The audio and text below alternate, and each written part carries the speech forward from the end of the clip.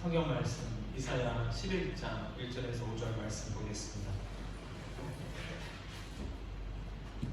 이사야 11장 1절에서 5절입니다.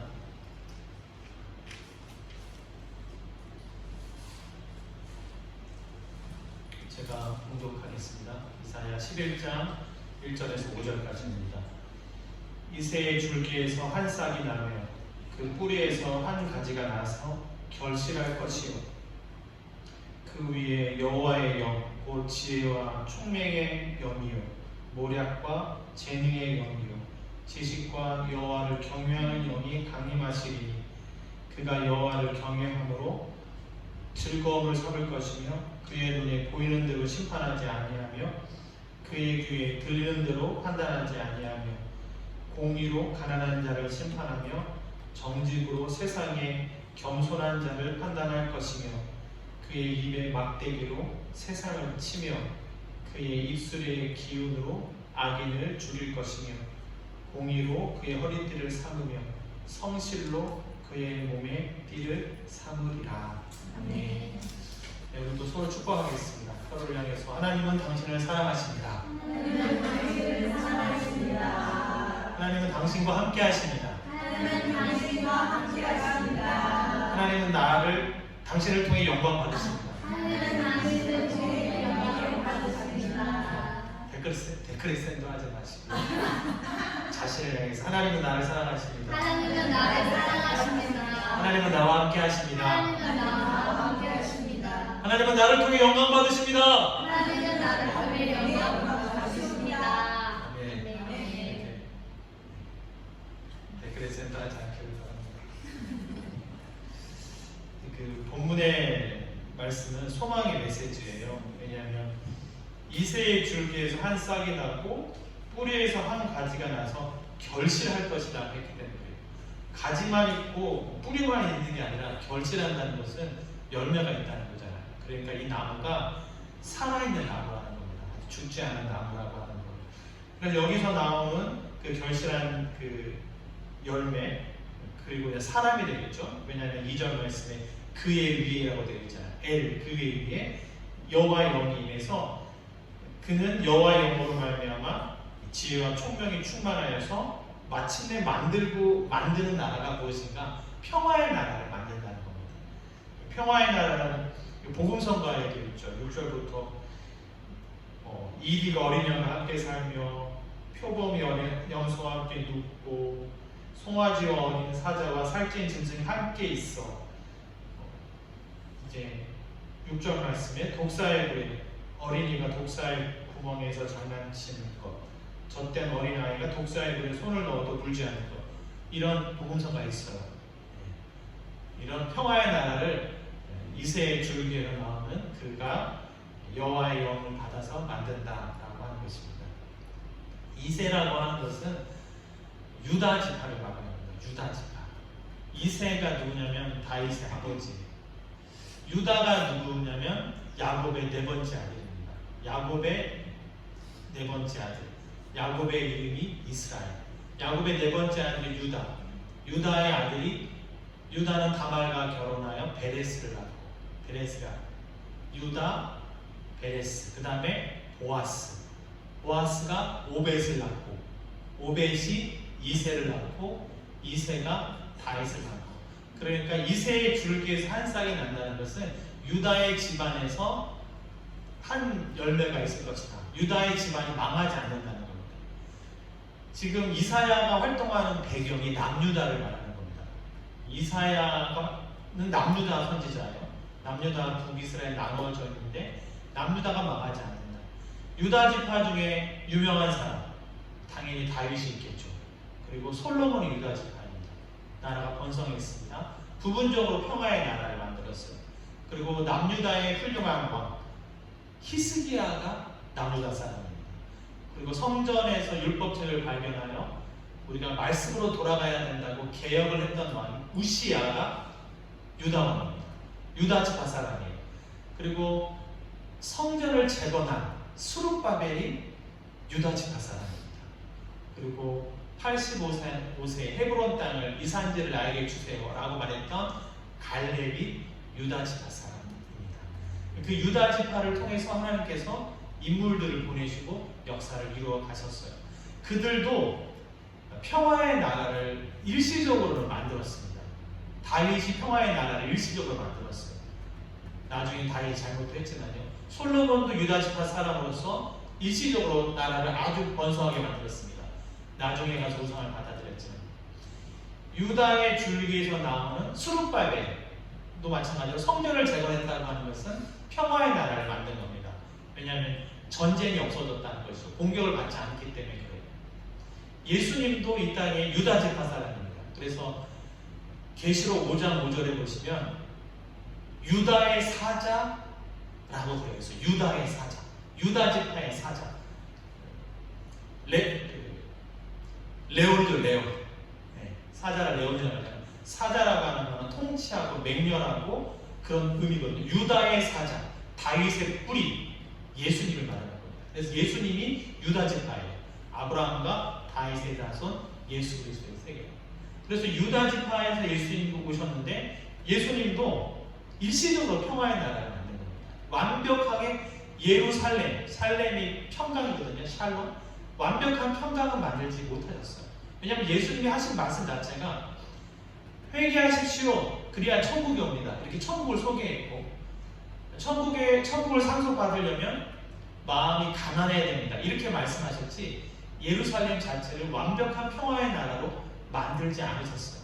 일시적으로는 죄의 문제를 해결해주고 배고픔을 해결해주고 병을 해결해주고를 말미암아 자기를 따르는 사람들에게 하늘에서는 영광이고 땅에서는 기뻐하시는 입은 사람들 중에는 평강이 임했습니다.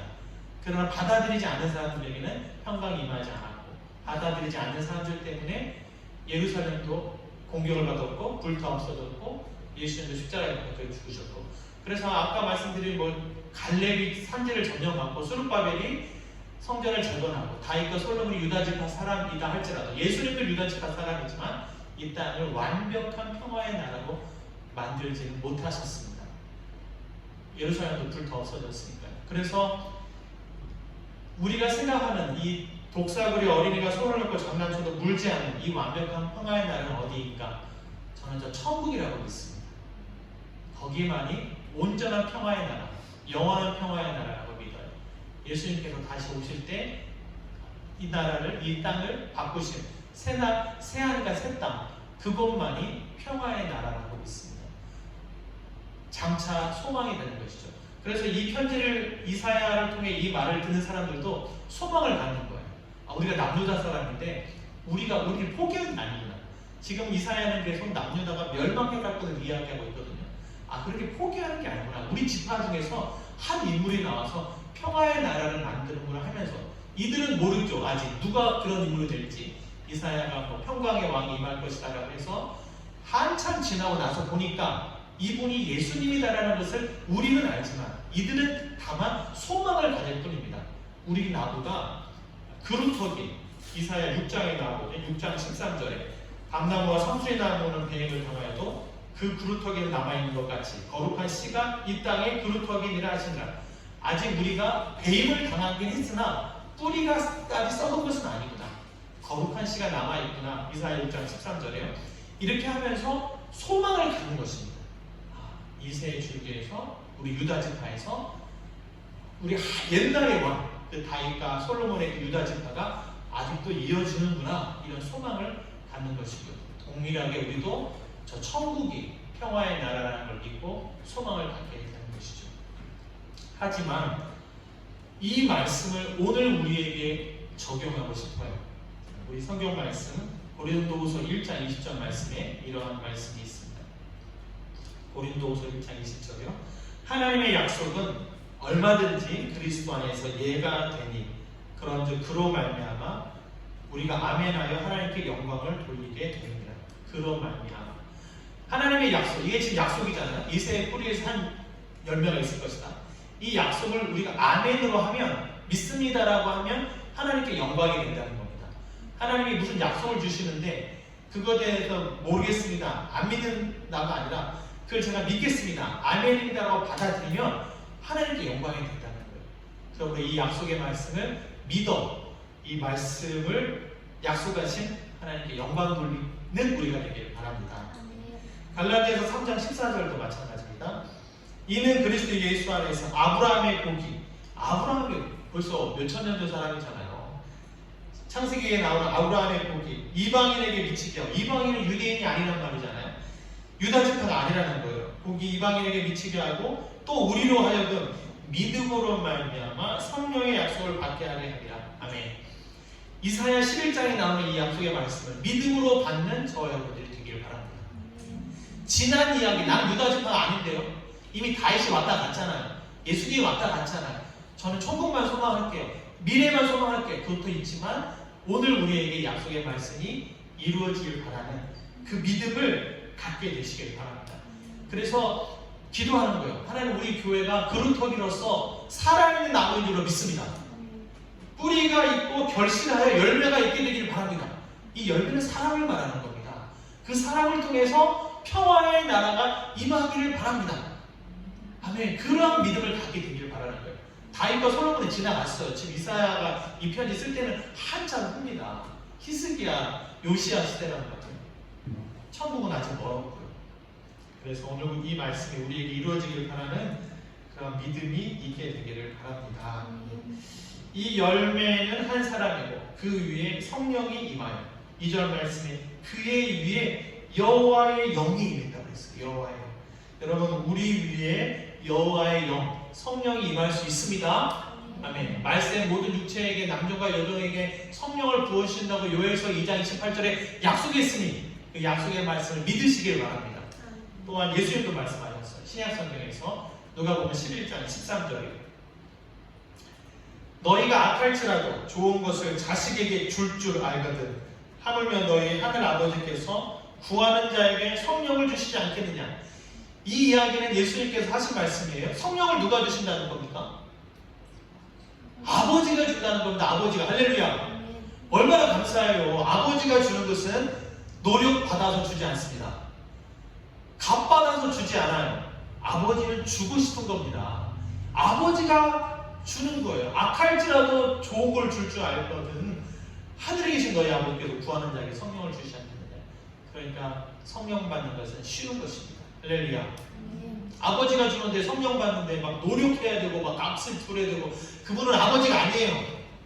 아버지는 그냥 주고 싶어 하는 거예요. 그래서 아버지 나에게 성령을 주세요. 아버지의 영을 부어주세요. 이렇게 하면 아버지께서 주시는 줄 믿습니다. 이걸 너무 어렵게 생각하지 마시고 아버지께서 주신다고 하셨으니 저에게도 성령을 주십시오. 그리하여 평화의 나라를 만드는 도구로 삼아 주십시오. 예수님이 하나님과 우리 사이에 막힌 담을 허무시는 화목 제물이 되시고 평강의 왕으로 오셨던 것처럼 저도 우리도 그렇게 사용하여 주십시오. 이러한 믿음의 고백이 있게 되기를 바랍니다. 자, 여호와의 영이 임하면 어떻게 됩니까? 2절 말씀에 그의 위에 여호와의 영, 곧 지혜와 총명의 영이요. 지혜와 총명, 총명스러울 수 있어요. 모략과 재능. 모략은 작전이에요. 권면할 수 있는 겁니다. 방법을 제시할 수 있는 거예요. 모략이 뛰어나신 것이에요. 뱀같이, 비둘기같이 순결하고 뱀같이 지혜. 모략과 재능의 영이요. 지식과 여호와를 경외하는 영이 강림하신다. 성령은 무엇인가? 지혜와 총명의 영이고 모략과 재능의 영이고 지식과 여호와를 경외하는 영이 강림하신다. 그러니까 성령이 임하면 하나님을 경외하게 되는 것입니다. 총명해지는 거예요. 모략이 생기게 되는 것입니다. 그래서 3절에 그 성령 받은 사람이 그가 여호와를 경외함으로 즐거움으로 삼고 하나님을 경외하는 것을 기쁨으로 삼는 거예요. 나는 하나님을 두려워하는 것을 기쁨으로 삼는 거예요. 다른 것을 두려워하는 것을 기쁨으로 삼는 것이 아니라 하나님을 경외하는 것을 기쁨으로 삼는 거예요. 그리고 그의 눈에 보이는 대로 심판하지 않아요. 사람들은 외모로 보고 판단해도 그는 그렇게 하지 않습니다. 그의 귀에 들리는 대로 판단하지 않아요. 지혜와 총명의 영은 보이는 대로 들리는 대로 판단하지 않습니다. 그가 보는 것과 판단하는 것이 구별되게 되는 것이죠. 그 다음에 4절에 공의로 가난한 자를 심판합니다. 그러니까 가난하다고 함부로 판단하지 않는다는 겁니다. 정직으로 세상에 겸손한 자를 판단하며 정직해요. 그의 입의 막대기로 세상을 치며 그의 입술의 기운으로 악인을 죽일 것이며 평강의 나라에는 악인이 없는 것입니다. 다윗이 전쟁을 해서 골리앗을 이기고 블레셋을 이겼잖아요. 평강의 나라에 악인을 심판하는 거예요. 남유다를 공격했던 아수르라든지 바벨론이라든지 바사, 페르시아, 로마까지도 다 심판받았어요. 그 평강의 왕이 오시면 악인을 멸하는 것입니다. 예수님께서 오셔서 병든 자, 가난한 자는 다 구원하셨지만 영접하지 않고 받지 않은 사람들에게 심판이 임하는 것입니다. 그러니까 지옥도 있는 거예요. 평강의 나라를 만들면 반대로 평강하지 못한 샬롬이 없는 지옥도 생기게 되는 것입니다. 그것을 하나님의 성령 받은 사람이 와서 구원한다고 하는 것이죠. 그리고 5절에 공의로 그의 허리띠를 삼고 성실로 그의 몸에 띠를 삼으리라. 이 말씀에서 보십시오. 4절에 공의로, 정직으로, 그리고 5절에 공의로, 또 성실로. 공의와 정직, 이런 성실은 이 땅 가운데서 필요한 거예요. 성령이 임한다고 했을 때 성령은 우리로 하여금 막 신비적인 것, 기적만을 말하는 것이 아니라 필요하고 상식적인 것. 좀 이러한 사람이 필요하다고 하는 것이죠. 세상에 어둡고 부정과 부패가 많다 할지라도 여호와의 영을 받은 사람은 정직하고 성실로, 공의로 이 세상을 다스리고 만드는 사람이다고 하는 것입니다. 우리가 스룹바벨처럼 다윗처럼 어떤 나라를 맡은 건 아니죠. 우리라고 하여금 전 세계를 다스려라, 그렇게 맡은 대통령은 아니지만 하나님께서 우리에게 주어진 영역이 있습니다. 맡겨주신 영역이 있어요. 일단 내 삶을 하나님께서 허락해 주셨고, 내 몸을 허락해 주셨고, 내 시간을 허락해 주셨고요. 또 맡겨진 사업장도 있을 것이고, 가정도 있을 것이고, 또 식솔도 있을 것이고, 내 말에 의해서 내가 공의로 하느냐, 내가 보이는 대로 판단하고 귀로 들리는 대로 하는가, 이러한 나의 영역이 미치는 그 영역을 하나님께서 허락해 주셨죠. 아담과 화에게는 에덴 동산에 있는 것처럼 말입니다. 그렇기 때문에 죄를 구원하는 예수님만이 평강의 그 열매만 있는 것이 아니라, 예수님 세례받을 때 그 비둘기가 성령이 임한 것처럼 예수님과 같은 그런 큰 영역만 위임해 주신 것이 아니라 우리에게도 맡겨주신 영역이 있다라고 하는 거예요. 내 시간, 내 몸, 내 식구들, 내가 평강의 나라를 만들 것인가? 어린이가 장난쳐도 물지 않는 그러한 평강의 나라를 만들 것인가? 내 입술로서 악인을 죽이는, 악인을 판단하는, 그것은 잘못됐다라고 말하는, 그렇게 평강이 오는데 그것을 그렇게 하지 못하고 그냥 보이는 대로 들리는 대로 넘어가는 그런 것을 만들 것인가? 아니면 공의로 하는 나라를 만들 것인가? 그것이 우리에게 주어진 영역이 다 있다라고 하는 것입니다. 교회도 마찬가지고 가정도 마찬가지죠.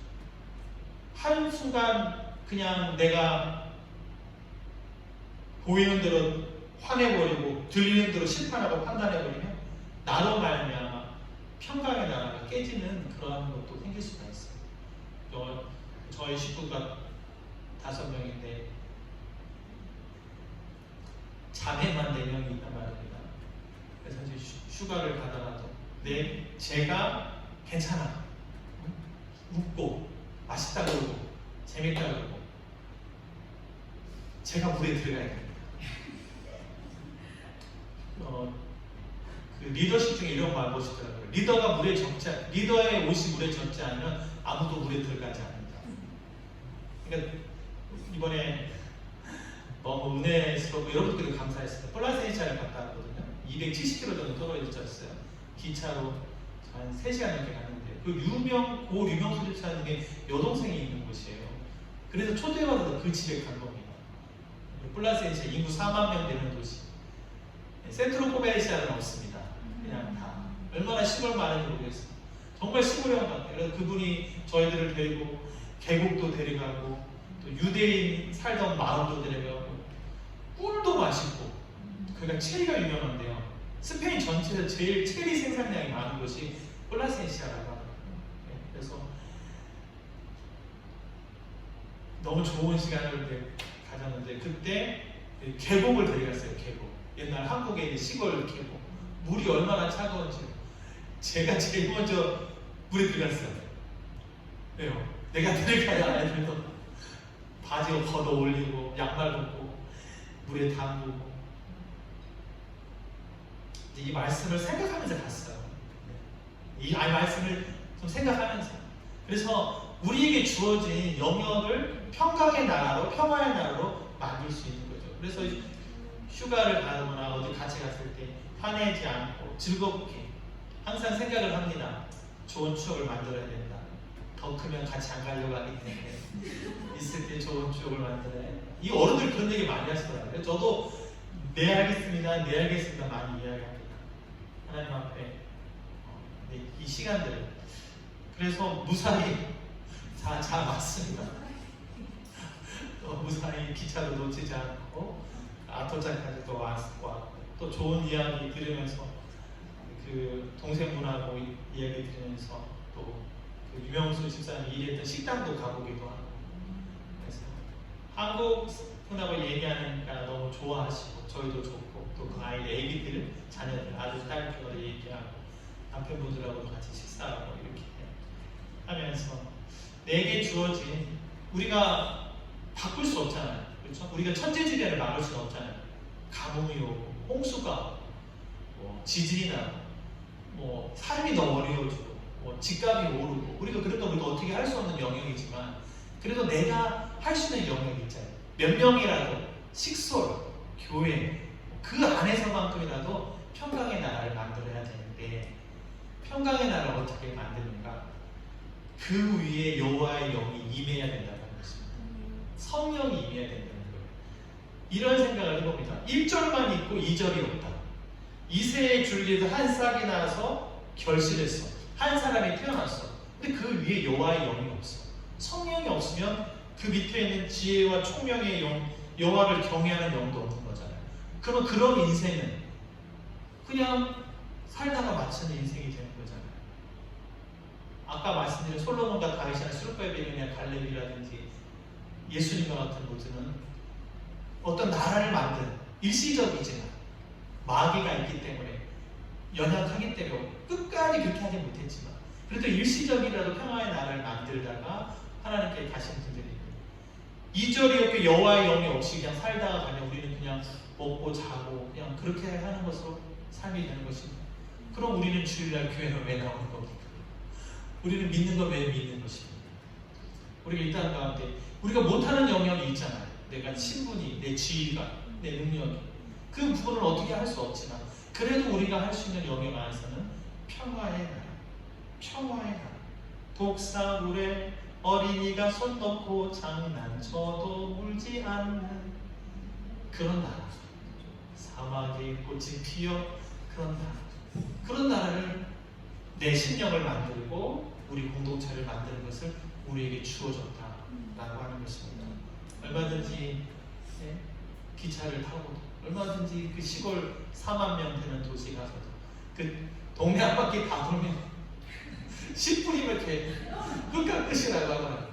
근데 너무 그분들 너무 순수하고요. 제가 가서 보니까요. 너무 제가 감동받았는데 자동차에 스티커가 없어도 아무 문제가 없어요.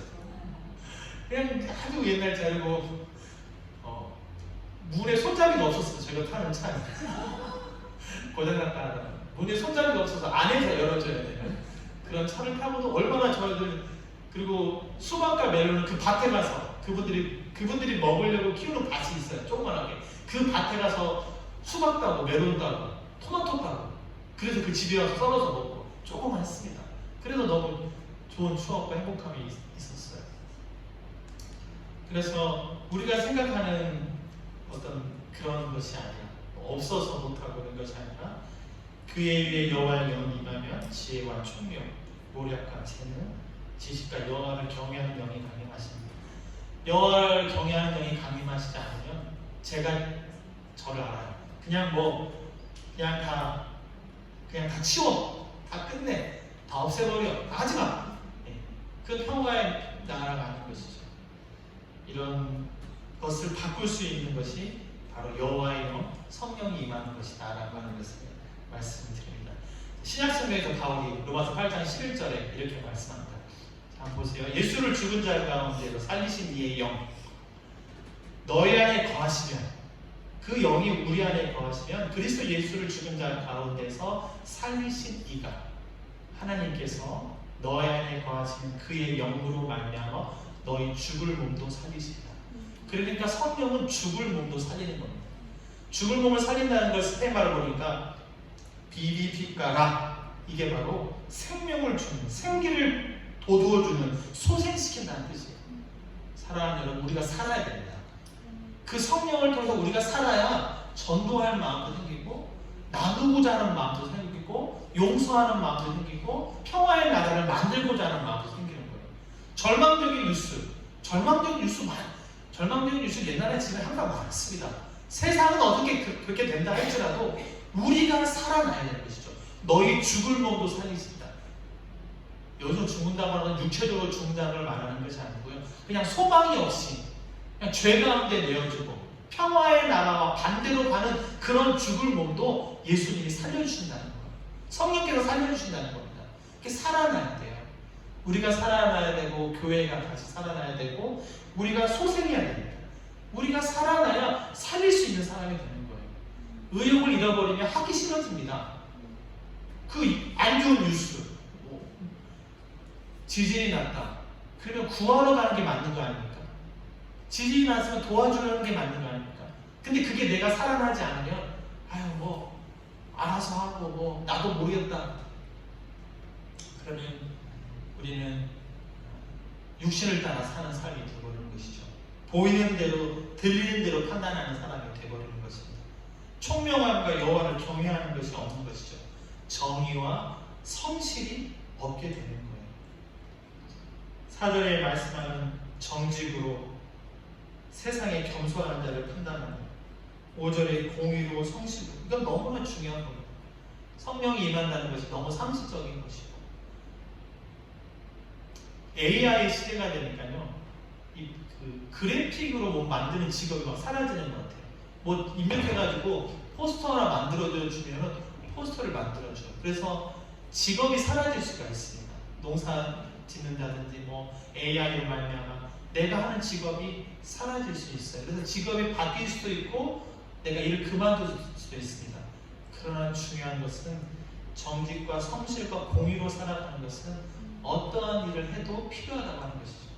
근데 그것이 깨어지도록 유혹을 받아요. 저 역시도 유혹을 받습니다. 저도 사람인데 1절에만 맞추면 그냥 저는 2세의 자손은 아니지만 어느 집에 태어난 하나의 아들밖에 안 되는 것이죠. 그러나 여호와의 영이 임하면 정직과 공의와 성실도 할 수 있다는 거예요. 그것이 그때 그렇게 정직과 공의와 성실로 하지 않았다면 지난주 휴가는 없었습니다. 사실 유명수 집사님과 함께할 때 시간 가운데 제가 정직과 공의와 성실에 대해서 나름대로 하지 못했다면 그분을 그 집에 가서 밥 먹고 식사하고 그분들과 함께 계곡에 가고 그 쪼리소를 먹고 하는 것은 없었을 거예요. 스페인 플라센시에 호텔에서 일하시거든요. 호텔에서 일하셔가지고 복장 요리하신 옷 입고 와가지고 생일도 축하해 주시고 또 빠이야도 만들어 주시고 그러셨거든요.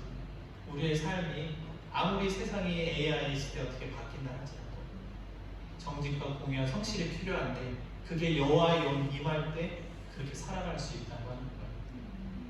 그것이 그리스도인들이 만들어야 될 평화의 나라입니다. 밖은 전쟁과 기근과 환란과 부정과 부패와 안 좋은 소식이 가득해도 믿는 사람들은 성령의 도움으로 평화의 나라를 만들어가는 것이죠. 그러한 한 사람 한 분, 한 사람 한 분이 다 되시기를 주님으로 축복합니다. 예. 우리 주님을 같이 세 번 부르고요. 이 소망의 말씀을 우리 내 삶에 주님 이루어 주십시오라고 주님 세 번 부르고 같이 통성으로 기도하겠습니다. 주여, 주여, 주여.